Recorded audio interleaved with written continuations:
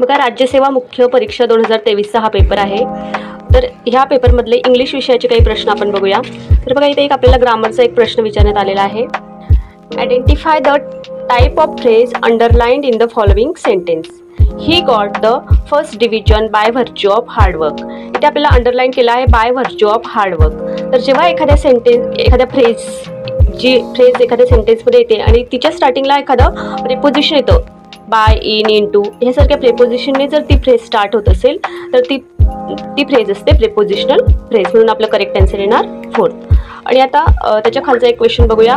The ship has its complement of 150 passengers. ते कॉम्प्लिमेंटचे 2 वेगवेगळे अर्थ असतात, परंतु इथे कॉम्प्लिमेंटचा अर्थ असतो फुल अमाऊंट, पूर्ण संख्या. म्हणजे शिपची पूर्ण कॅपॅसिटी किती होती, पूर्ण संख्या किती होती पॅसेंजर्सची, 150 पॅसेंजर्स. म्हणून आपलं करेक्ट आन्सर येणार इथे फुल अमाऊंट.